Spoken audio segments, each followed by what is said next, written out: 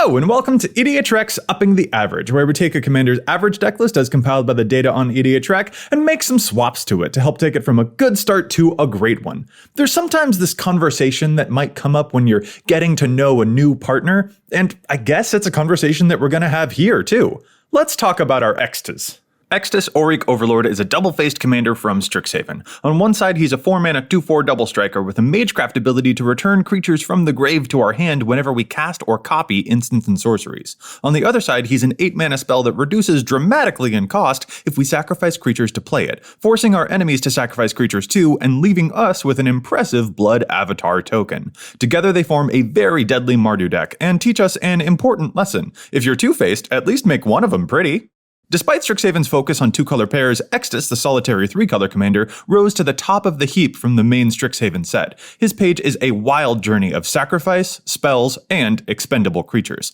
Let's load up Extus's average decklist using the average deck feature and import it to the Architect deckbuilding website. As always, any swaps we make must either keep the total price cost neutral or else help lower the overall price of the deck. Extus is a very tough nut to crack. We've seen commanders in the past whose decks are totally imbalanced towards a specific card type. All artifacts, all spells, all enchantments, etc. Extus has to keep a lot of plates spinning because he needs a good number of creatures to sacrifice, but also a high enough number of instants and sorceries to work with magecraft. Also, that's a really expensive average deck cost, huh? Don't worry, I'll have some budget replacement ideas at the end of the video to help massively cut down on that cost. Overall, I think we get a good sense of what Extus is up to here. There's a slight emphasis on tokens in this deck, but it's mostly so that they can be sacrifice fodder to fuel our commander, or effects like Zulaport Cutthroat to ping our enemies to death by 1,000 cuts. Some key spells like Plumb the Forbidden help us sacrifice many creatures at once, but also help get back tons of creatures when the spell copies itself a bunch. Fury Storm has to be my favorite card in the deck, helping us to accrue multiple magecraft triggers off of Extus, or just copying the Blood Avatar spell multiple times. And of course, we've got some amazing Mardu spells like Ruinous Ultimatum to help us along the way. The swaps I want to make come in 3 rudimentary categories: draw, mana, and a third section, the name of which I'd like to leave as a surprise for now. Let's start off by talking about some draw. This is a really versatile commander. Some players will be really drawn to casting and recasting the back half of the spell, and other players will be drawn to the front half instead. For my purposes here, this is an upgrade that I do think is a little bit more suitable for the front half, because that is, as an Aristocrats player, the side that interests me a little bit more. So these swaps and recommendations will not necessarily be suitable for everyone, but that's totally okay. One of the reasons that Extus himself is the one that attracts me most, though, is because he's got some cool tricks when it comes to card draw. Awaken the Blood Avatar is a great sacrifice outlet right there in the command zone, but the recursion ability of Extus himself is what I personally fancy. Aristocrats decks that utilize the sacrifice of their own creatures can run the risk of running out of cards, and it's important to find a means of keeping up on card advantage while we're picking off our own cards for benefit. So for these upgrades, I'm going to take some guidance from friend of the show and fellow EDHREC writer Angelo Guerrera. Specifically, here's a trick that he's found for Extus, and it will become kind of the backbone for the first major shifts to this deck. We're adding in the trio of Tormenting Voice, Honor the God Pharaoh, and Cathartic Reunion to the deck. Thrill of Possibility is already in the list, and these will happily join it. I wouldn't normally put these into a Mardu deck. They're not the best form of card advantage out there, so why make an exception here for Extus? Well, it's because of the way his triggered ability works. We have to discard a card as part of paying the costs for these spells. That means if we discard a creature card, it's in the graveyard by the time Extus's Magecraft ability triggers. So Extus can take the creature card we just discarded and put it right back into our hand. In other words, these are draw spells with minimal to no downside. And that's all kinds of amazing.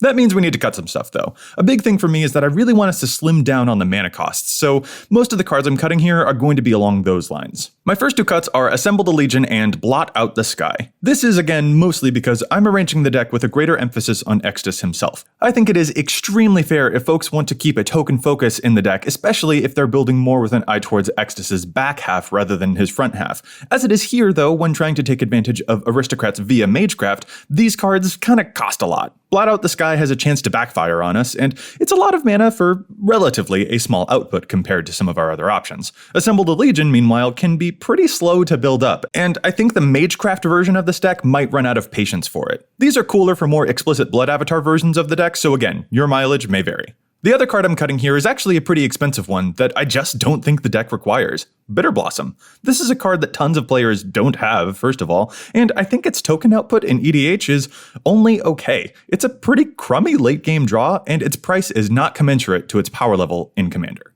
Okay, those were some draw spells that I think will make our deck more consistent, but speaking of making the deck more consistent, let's talk about mana. Yeah, this average deck data doesn't contain enough lands. Like, I don't have a quippy observation to make about that, the low land count is stressing me out. So I know that this list has a low mana curve, but 33 lands means we're just asking for problems. I'm actually going to end up cutting some cards that have mana effects so that we can make room for more actual mana. First, Black Market. There are decks where this does some cool stuff, but I'm not personally convinced that this is one of them. I like the idea, honestly. The more mana this makes, the easier it is to repeatedly cast a Blood Avatar spell. I think we're tempting fate there, though. And I found lots of games where this card wasn't able to contribute much of anything at all because of the time it takes to deploy and to build up.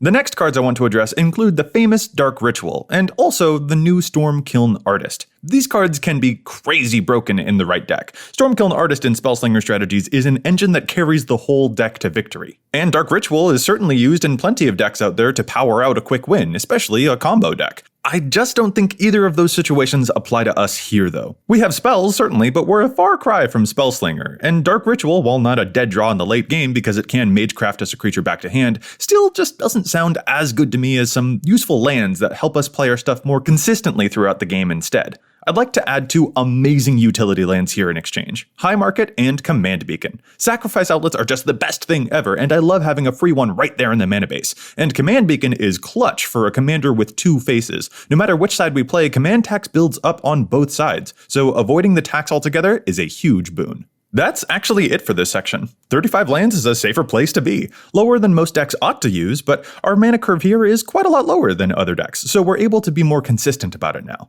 Therefore, let's turn the page and reveal our final chapter. Did you know that Extus's favorite book is The Hobbit? Just like Bilbo Baggins, he's going on an adventure.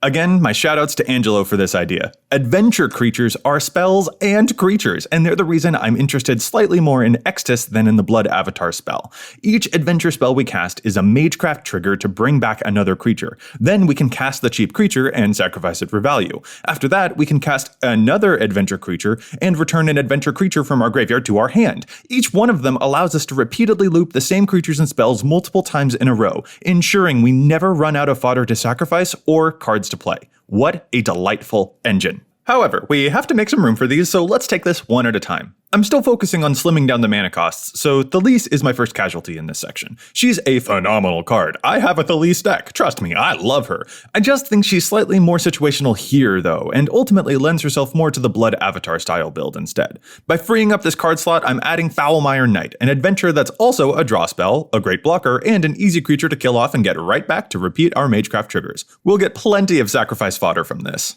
Up next for cuts, I have Rise of the Dreadmarn. Again, this one played out as a pretty situational spell to me. I also don't totally love only playing one Foretell card in a deck. I like to have two, so opponents who know my deck list pretty well still don't necessarily know what trap card I've placed face down. So with that space freed up, I'll include the adventure creature Order of Midnight for even more recursion. There are two 1-mana creatures I think we can leave out now too. Doomed Traveler and Impulsive Pilferer are cool, and their death triggers are neat, but their roles as sacrificable creatures is definitely fulfilled with the adventure creatures that will replace them. Shieldbreaker is recurable removal, and Merchant of the Veil is the same filtering as the discard spells we added earlier, which means we can do that same trick to immediately get back any creatures we discarded. And it's a creature/spell that we can get back from the graveyard too. There's a lot happening on these cards that may not be obvious at first glance, but once you see this engine in action, it's pretty dang terrifying and extremely hard to disrupt. This is the point where I realized I'd opened up a bonus card slot, by the way, so real quick, let's throw in a creature that I think is low-key an MVP from Strixhaven. Callous Bloodmage is a dream of a card. It can make us 2 bodies to sacrifice, it can cantrip if we need it to, or it can hose someone else's graveyard. It does everything! That's absolutely the type of creature that we want to recur multiple times so we can have versatile abilities for whatever is happening in the game. Alright, now for the final swap. Fracture is a cute removal spell, but ultimately I don't think I care for it. Our colors just have better removal than this, and our deck as it stands now isn't hurting on the pinpoint removal front anyhow. So I'd like to upgrade into one last adventure creature. Giant Killer. It's a removal and a creature that we can recur and sacrifice multiple times. As with all the adventure creatures we've added, we want to prioritize low mana costs so that they're easy to loop. And this is a very irksome effect for our opponent's big commanders to suffer against over and over.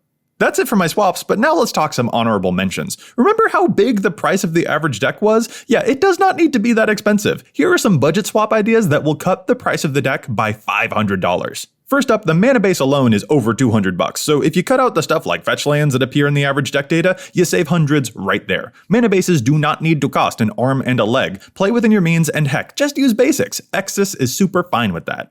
Next, there are 7 real expensive cards that are each over like $30, and some even go up to like $50. Smothering Tithe and Dockside Extortionist make tons of treasure, and they are EDH super staples, and we are also fine without spending $100 to acquire them. My suggested swaps have nothing to do with treasure tokens, but they are cards that will still drive your opponents insane. Benevolent Bodyguard and Selfless Savior will sacrifice themselves to protect Extus, and Extus can get them right back. Good luck getting rid of them. This line of defense is effective and extremely flustering to our opponents. Let's talk about some tokens next. If you don't have Anointed Procession, Alenda, and Monastery Mentor, that is fine. They're cool, but you save over $100 if you ignore them. So, to piggyback off the idea of annoying protective stuff, here are some ideas to replace them. Malikir Rebirth is a spell that will recur a creature from our grave and can save our commander. Or we can just use it as a land if we need. Or we can use it on a creature that we want to sacrifice, bring right back, and then sacrifice again. That's really nifty synergy for a really low price. To take protection in a different direction, Kami of False Hope is a fog creature that we can repeatedly resummon. That's nasty effective. If you've played against Marin decks that use Spore Frog, you know how annoying that can be. Also, we don't need to drift too far away from cards that give us extra bodies, because I know over the course of the budget upgrade we've lost a couple of those. I think Chittering Witch could be worth a look if you want to keep some creatures around that fill up the board and make the Blood Avatar spell easier to cast right off the bat. Lastly, there are 2 tutors in the deck that have climbed up a lot in price over the years as well. They're great, and also they're expensive, so if you're not in the mood to play these, I'd actually suggest leaning a bit more into some cards that specifically synergize with the Blood Avatar token that Extus can create. Not just by making little 1/1s, but by copying that token. Rootborn Defenses can copy the Avatar token, and Song of the World Soul honestly just seems way too hilarious to not try it out in a budget build.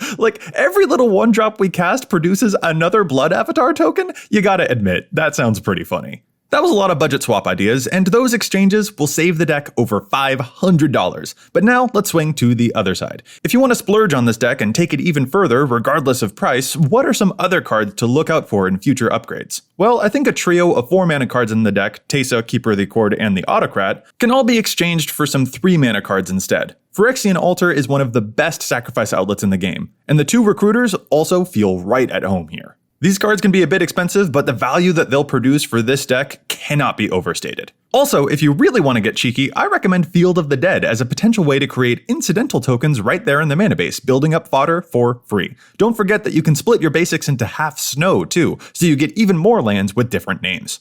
And that ought to do it. Extus's invasion of the school is complete. You can find a link to the list in the description below with the cuts in the maybe board. I hope you've enjoyed this adventure with Extus, and if you have other recommendations that you'd like to make for your fellow Oriqs, make sure you leave those suggestions in the comments below. And I'd really be interested to hear from folks who chose to focus a bit more on the Blood Avatar side of the card, as opposed to the Extus-centric direction that I chose to take the deck. Our decks probably look really different, and that's really cool, because there are so many ways that you can build around this commander. So, sound off. And as always, thanks so much for watching.